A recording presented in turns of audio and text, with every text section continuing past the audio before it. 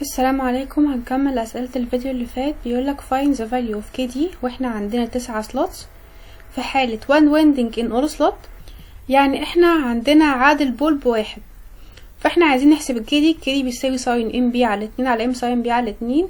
الام هنا هتكون بقيمتها اللي هي سلوتس على بول بير فيس، بس هو قالك one winding يبقى البول بير فيس بواحد، يبقى هيتفضل لنا بس سلوتس بالبول بير فيس، يعني الام بيساوي ب9، فالام هنا هتكون قيمتها ب9 في البيتا على 2. احنا عارفين ان البيتا بتساوي 180 على سلوتس بالبول، والبول قيمتها بواحد، فيبقى 180 على سلوتس ب9، يعني البيتا بتساوي 20. ونجيب قيمة الديستريبيوشن فاكتور اللي هو عايزه. السؤال التاني بيقولك one winding using one first 2 على 3 من السلوتس على بول. فاللي هتغير هنا بس عندنا قيمة الام، لان احنا عندنا الام بيساوي سلوتس على بول بالفيس، هو بيقولك خد لي منها بس 2 على 3. احنا قلنا ان هي قيمتها في الاول كانت 9، اضرب بقى 2 على 3 في 9 يطلع لك قيمتها ب6. والبي هتساوي 180 على سلوتس زي ما هي 9 اللي هي زاويتها ب20، وهنقول ساين ام بي على 2 على ام ساين بي على 2، ونعوض بس عن قيمة الام اللي هي ب6، هيطلع لنا القيمة ديت. السؤال الثالث بيقولك 3 equal winding plates sequence 60 درجة جروب وسيكوينشال.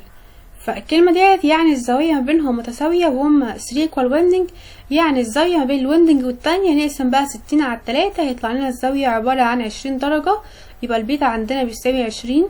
واحنا عندنا نمبر في سلوتس بالبول بالفيس بيساوي 9، فهنقسم بقى، احنا عندنا 3 ويندنج فنقسم ال9 على 3 يبقى عندنا الام بيساوي 3، يبقى الكي بيساوي ساين ام بي على 2 على ام ساين بي على 2، هيطلع لنا القيمة دي.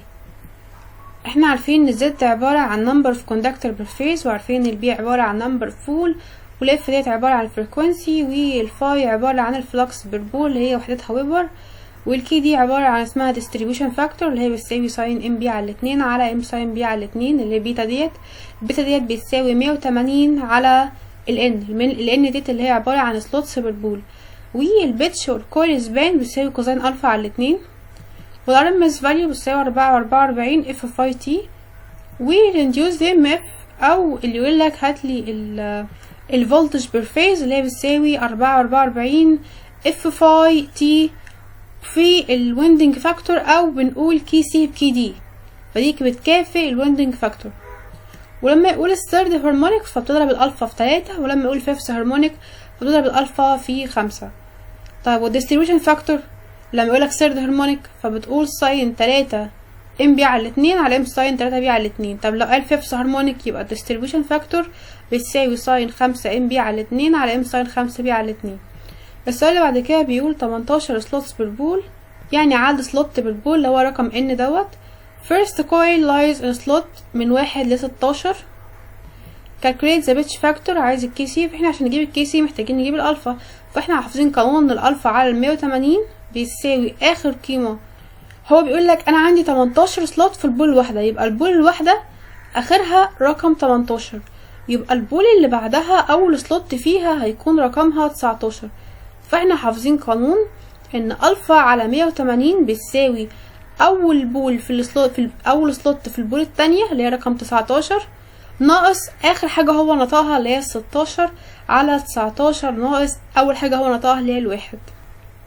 فالجزء ده كده ثابت، الفكرة ان هو اللي بيتغير بس رقم 19 اللي هو اول سلوت في تاني بول ناقص اخر مسافة في الكويل سبان اللي هي 16. فجبنا هنا الالفا ب30، فجبنا اول مطلوب اهوت اللي هو البيتش فاكتور. بعد كده كان عايز الثيرد هارمونيك، فهنقول كوزين 3 في الفا على 2 كوزين 33 على 2. عايز الفيفث هارمونيك فهنقول كوزين في 5 الفا على 2 35 على 2. عايز 7 هارمونيك كوزين 37 على 2. بعد كده بيقول 3 فيس 16 بول 144 سلوت 10 كوندكتور بسلوت. الفلكس بير بول ب3 من 100، يعني الفاي عندنا ب3 من 100، والسبيد اللي هي الان. فاين ذا فريكوانسي، يبقى عايز اول حاجه قيمه الاف، واحنا عارفين ان اصلا الان بتساوي 120 في اف على البي، فعايزين نجيب قيمه الفريكوانسي. فالفريكوانسي هتساوي بي ان على 120، فاحنا عندنا نمبر اوف بول 16 في الان اللي هو ان السبيد 375 على 120. هنطلع قيمه الفريكوانسي اللي هو عايزها. هو عايز بعد كده قيمه اللاين اي ام اف، فاحنا عارفين الام اف بتساوي 44 اف فاي تي كي سي في كي دي، بس احنا هنجيبها دي في الفيز بعد ما نجيب قيمة الاي ام اف دي هنضربها في جذر 3. احنا معانا الاربعة 44 ومعانا الاف ومعانا الفاي والتي ديت اللي هو قلنا عبارة عن الزد على الاتنين، فاحنا محتاجين نجيب قيمة الزد.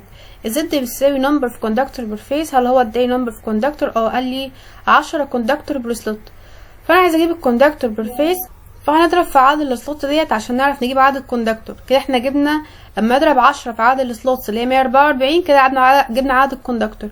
طب احنا جبنا 10 في 44 عدد الكوندكتور، عايزين نجيب الكوندكتور بير فيز، فهنقسم على عدد الفيز اللي هي 3. كده جبنا الزد.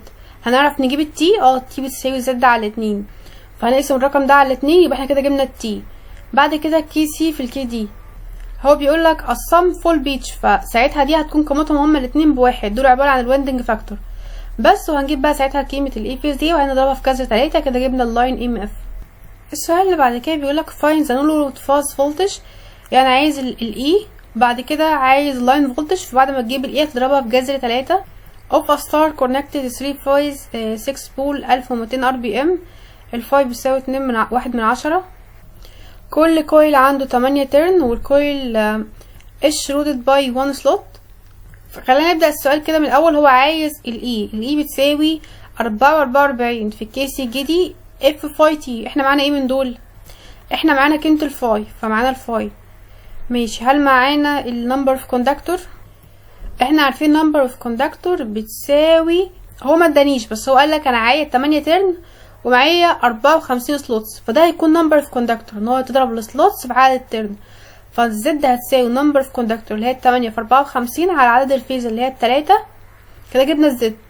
فالزد ديت لما تقسمها على 2 يبقى انت جبت التي، يبقى احنا معانا التي. طب الفريكوينسي اللي هو الاف، احنا عارفين عندنا قانون هي 120 في اف على البي بيساوي الان. هو مديك الان ب 1200، فساعتها لما تضرب طرفين في وسطين هيجيلك ان الاف بتساوي بي ان على 120. فمعانا عدد البولز اللي هي 6 والان اللي هي ب 1200 على 120 تطلع لنا ب 60. طب والديستريبيوشن فاكتور بتساوي ساين ام بي على 2 على ام ساين بي على 2، يبقى ساين الام بتساوي سلوتس على بول بالفيز اللي هي سلوتس اللي هي ب 54 على البول اللي هو البول اداك كام بول ب 6، يبقى 54 على 6 في الفيز اللي هي 3. هنجيب بقى قيمة الديستريبيوشن فاكتور دوت وهنعوض منه بقيمته هنا. فاضل لنا كي سي بتساوي كوزين الفا على 2. هنجيب قيمة الالفا ازاي؟ الالفا بتساوي 180، لا ده البيتا اللي بتساوي 180 على سلوتس بير بول، دي رقم البيتا. فما تعوض تجيب رقم البيتا ديت 180 على سلوتس بير بول هيطلع لك قيمة ب20، يبقى نعوض تحت في البيتا ب20. الالفا بقى الفكرة ان هو قالك ان الكويل شرودد باي 1 سلوت، فتعرف من هنا ان الالفا بتساوي البيتا، فعشان كده عوضنا بالالفا قيمتها ب20. فنقول كوزين الفا على 2. كده جبنا قيمة الكي سي، فنعوض بيها بالقانون هنا. كده معانا كل المعطيات، فنعرف نجيب الفاز فولتج. هو عايز كمان اللاين فولتج، فهضرب القيمة دي بجذر 3 وكده كمان جبنا اللاين فولتج. السؤال اللي بعد كده بيقولك 3 فيز، عندنا البول ب 16 وسلوتس ب 144، 4 كوندكتور بسلوت in 2 layer and the conductor for each phase are connected in series. لان عندنا 375. عايز بقى الاي في الفيز الواحدة ومديك قيمة الفاي. احنا عارفين ان الاي بتساوي 44 اف فاي كي سي كي دي في التي. هل معانا الاف؟ هل مدينا الفريكوينسي؟ لا مش مدينا الفريكوينسي، بس اكيد مدينا الان عشان نجيب الفريكوينسي. فالاف هتبقى عبارة عن بي ان على 120. عندنا الان هو مديها لك 375 والبيم ب 16 على 120، فكده جبنا قيمة الاف. عايزين نجيب قيمة الفاي، هو مديني قيمة الفاي جاهزة فانا معايا الفاي. عايزين نجيب الكي سي بيساوي كوزين الفا على 2، فانا محتاجة اجيب الالفا ديت بتتجاب. هو مديك الكويل سبان، فطالما مديك الكويل سبان فبتطرح 180 ناقص الكويل سبان، هي دي بتكون قيمة الالفا. فكده جبنا قيمة الالفا، فنعرف نجيب قيمة الكي سي عادي، فمعانا قيمة الكي سي. طيب والكي دي بتساوي ساين ام بي على 2 على ام ساين بي على 2. البي بتساوي 180 على سلوتس بير بول، فاحنا معانا سلوتس ومعانا البول، فهنقول 180 على سلوتس بير بول. سلوتس بير بول هيطلع ب9، فهنقسم 180 على 9 يبقى احنا معانا البيتا ب20، فمعانا البيتا. عايزين نجيب الام بتساوي سلوتس على بول بالفيز، فاحنا معانا السلوتس ومعانا البول ومعانا الفيز، فهنعرف نجيب الام. هنعوض بقى في القانون دوت وهنطلع قيمة الكي دي. فاضل لنا التي اللي هي بتساوي الزد على 2. هل معانا الزد؟ هو قالك 2 layer and conductor for each phase، فعايزين نجيب الزد. هو قالك ان انا عندي 4 كوندكتور بير سلوت، فعشان اجيب نمبر في كوندكتور فاضرب 4 في النمبر في سلوت اللي هي 144 على عدد الفيز اللي هي 3، فكده جبت الزد. هقسمها على 2 كده جبت التي، بس كده اعرف اجيب الاي. السؤال اللي بعد كده بيقول بي بيساوي 10 والاف بيساوي 50 هرتز، ومديك قيمة الان ب 600 ار بي ام السرعة. بيقول لك ان البي اللي هو الفلكس دينستي بيساوي ساين سيتا زائد 4/10 ساين 3 سيتا زائد 2/10 ساين 5 سيتا. فهو بيقول عندي 180 سلوتس و2 لاير 3 تيرن وكويل having a span of 15 سلوت. coil are connected in 60 درجة group if the armature diameter is 1 و2. core length is 4/10 متر. calculate the acceleration for instantaneous of conductor. instantaneous بعد كده السؤال التاني instantaneous MF per coil. بعد كده the RMS value and line voltage لو الماشين is star connected. تمام، يبقى هو مديني عدد البولز ب10 ومديني الفريكوانسي ب50 والسبيد مديهاني ب600 فحطينا هو السبيد ب600 وعدد السلوتس ب180 فحطينا السلوتس ب180 ونمبر اوف كويل تيرنز هو قال لي هو 3 تيرن، وقال ان الكويل سبان عبارة عن 15 فحطينا ال15 والارميتشر دايمتر ب1 و2 فحطينا الارميتشر دايمتر ب1 و2 والكور لينس ب4/10 فحطينا الكور لينس الطول بتاعه ب4/10 وادانا في الاخر اللي هو معادلة الفلكس دينستي البي حطينا هو قيمة الفلكس دينستي. هو بقى عايز معادلة instantaneous MF بير كوندكتور. فقانون ال RMS value بيساوي 2.2 في F في فاي. الفريكونسي معانا الفريكونسي ب50 هرتز ومعانا ال2.2 ب50 فضلنا بس نجيب قيمة الفاي اللي هو الفلكس، واحنا عارفين ان الفلكس بيساوي الايه في البي. انه بي البي افريج، والبي افريج ديت بتساوي 2 على باي من البي بيك. البي بيك ديت بتساوي 1. دي فاندامنتال كومبوننت بيك فلكس دينستي، يعني بتعتبرها بواحد طالما ما ادكش، لو ما ادكش قيمتها بتعتبرها بواحد. فاحنا كده معانا البي بواحد مضروبه في 2 باي في 2 على باي مضروبه في الايه. هل معانا الايه؟ الايه بتساوي باي دي ال على عدد البول. فاحنا معانا الباي حطينا الباي. الدي بواحد و2 هو مديهولي قالك ان الارميتشر دايمتر ب1 و2 في ال هو قالك ان الكور لينس ب4/10 فضربنا في ال 4/10 على عدد البولز. هو قالك ان عدد البول عندي ب10 فقسمنا على 10 فكده جبنا الايه. يبقى كده جبنا الفلكس اللي هو جبنا الايه في البي اللي هو بيساوي الايه في 2 باي على بي في البي بيك. فطلعنا قيمة الفلكس بالقيمة ديت روحنا ضربناها تحت نزلنا عوضنا بيها تحت اللي هو 2.2 في الاف فاي فجبنا 10.56 قيمة الارمس فاليو. عايزين نجيب القيمة البيك فاليو فهنضرب القيمة دي في جذر 2 فتطلع 14.93 من 100. فال 14.93 من 100 دي القيمة بتكون للفيرست هارمونيك. طب انت لو بصينا في المعادلة بتاعة الفلكس دينستي هتلاقي ان انت عندك سيرد هارمونيك وعندك كمان الفيفث هارمونيك. فهضرب القيمة دي تضربها مرة في ال4/10 يبقى انت كده جبت السيرد هارمونيك، ولما تضربها في 2/10 يبقى انت جبت الفيفث هارمونيك. فكده جبنا المعادلة بتاعة لو هنحط القيم ديت اللي احنا جبناها القيمة اللي هي الفيرست هارمونيك والقيمة التانية اللي هي السيرد هارمونيك والقيمة التالتة اللي هي الفيفث هارمونيك. فدي معادلة الام اف بالكوندكتور. هو عايز بعد كده الانستنتينيوس ام اف بير كويل. فمعادلة الانستنتينيوس ام اف بير كويل هي نفسها الانستنتينيوس ام اف بير كوندكتور بس الفرق تضربها في بزد في كوزاين ان فاي على 2.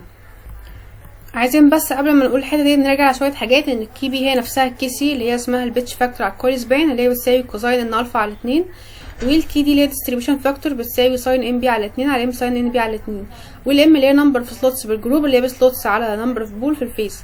فاحنا عندنا عدد السلوتس ب180 والبول ب3 لا البول مدينا عدد البولز ب10 والفيس ب3 فنعرف نجيب الام اللي هي بتساوي 180 على 3 في 10 يطلع الام ب6.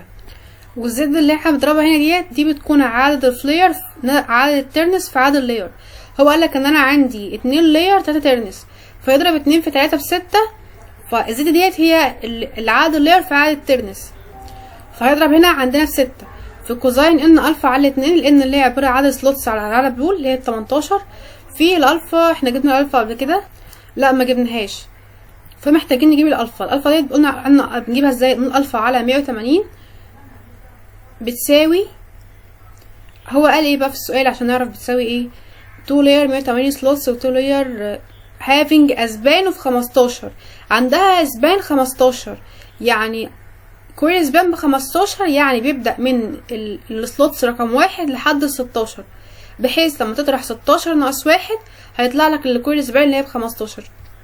يبقى هو بادئ من عند السلوتس رقم 1 لحد 16. واحنا عرفنا ان عدد سلوتس بالبول ب18، يعني البولة الواحدة فيها 18. طيب يعني البولة التانية اول سلوتس فيها رقم 19، فهنقول 19 ناقص 16، عدد 19 ناقص 1 بيساوي الالفا على 180، فهنجيب قيمة الالفا ب30. هنعوض بقى في القانون اللي فوق دوت. احنا كنا جبنا كولة ام اف، احنا قلنا عبارة عن instantaneous ام اف بالكوندكتور. هنجيب instantaneous ام اف بالكوندكتور نضربها في الزد اللي هي بنمبر اوف تيرنس ونمبر اوف لاير في كل واحدة. فالجزء ده خلاص ثابت معانا، اللي هيتغير بس اللي هو الكوزاين ان الفا على 2. ان في اول حالة ان الان فيها هرمونيك كان ب1، الان التانية ده كان هرمونيك بيساوي 3. هي دي بس غلطة، ان دوت المفروض عبارة عن السيرد هرمونيك. لما شفنا هنا كده السيرد هرمونيك فهنضرب هنا في 3، والتانية برضو عبارة عن الفيفث هرمونيك فاضرب هنا في 5، هيطلع لك نفس القيمة. يعني هو نفس القيم صح، بس دي 3 دي 5. بعد كده رقم سي هو كان طالب the RMS phase and line voltage if the machine is star connected. يعني هو عايز الفاز فولتج الRMS فاز فولتج واللاين فولتج لما الماشين تتوصل ستار كونكتد. فالفرق ان احنا هنجيب الفاز فولتج بتاع كل هرمونيك، وبعدين نجيب الجذر التربيعي اللي هو مجموع التربيعي لكل واحد فيهم وناخد الجذر، فده يكون الفاز فولتج، وبعدين نضربه في جذر 3، فده يكون اللاين فولتج اللي هو عايزه. فالفاز فولتج للماشين لو هي متوصله ستار كونكتد فبناخد الاي ام اف فولتج بير كويل، ده عباره عن اللاين هو عايز فيز، فهنقسمها على جذر 2 وبنضرب في النمبر في سلوتس بير فيز. احنا عندنا النمبر في سلوتس ب180 والفيز ب3، فبنقول 180 على 3 ب60، فيبقى عندنا 86 وديت على جذر 2 في 60 في الديستريبيوشن فاكتور بتاعها. فالكي دي 1 عبارة عن ساين ام ان بي على 2 على ام ساين ان بي على 2. فالام عبارة عن النمبر في سلوتس على نمبر اوف بول في نمبر اوف فيز اللي احنا طلعناها فوق ب6. اهي طلعنا الام فوق ان هي ب6، فنعوض برقم الام، والام اللي احنا في الهرمونيك رقم 1 فلان هنا ب1، في البي اللي هي البيتا ب10، لان البيتا بتساوي 180 على نمبر في سلوتس على نمبر اوف بول، فيطلعوا 180 على 180 على 10 تطلع ب10. ف6 في 1 في 10 على 2 على ام ساين بيتا على 2 على 6 في 10، ف6 في ساين 10 على 2.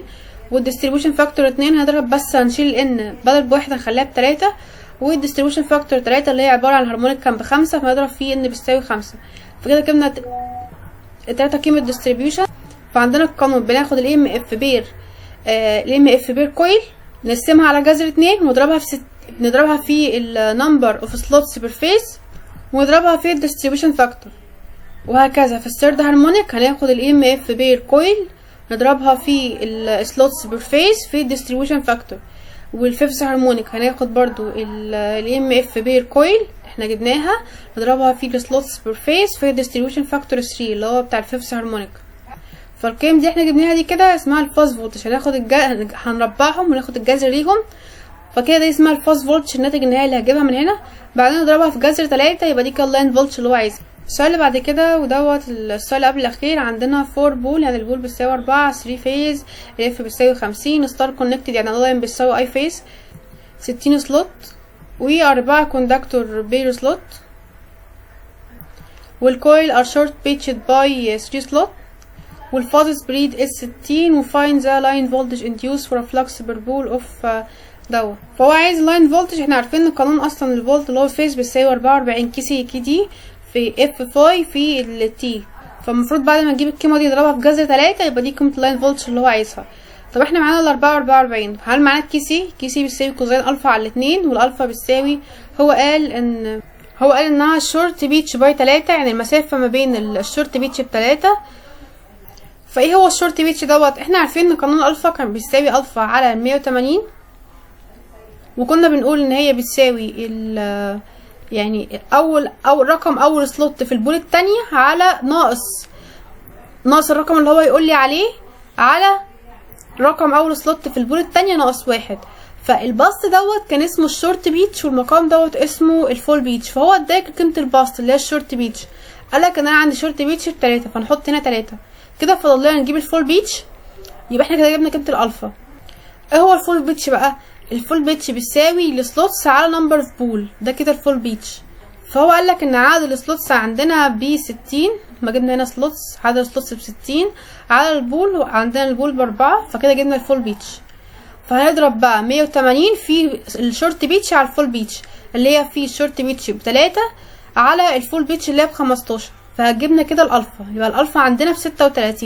هنعرف نجيب هنا قانون الكي سي اللي هو بيساوي كوزين الفا على 2 كوزين 36 على 2 اللي هي الرقم ده، في الكي دي اللي هي بتساوي ساين ام بيتا على 2 على ام ساين بيتا على 2، ونضيف قيمه الان اللي هي الهارمونيك.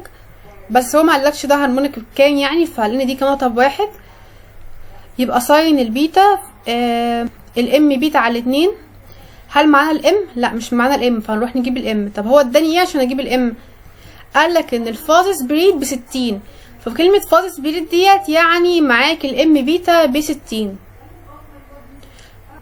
والام بتساوي 180.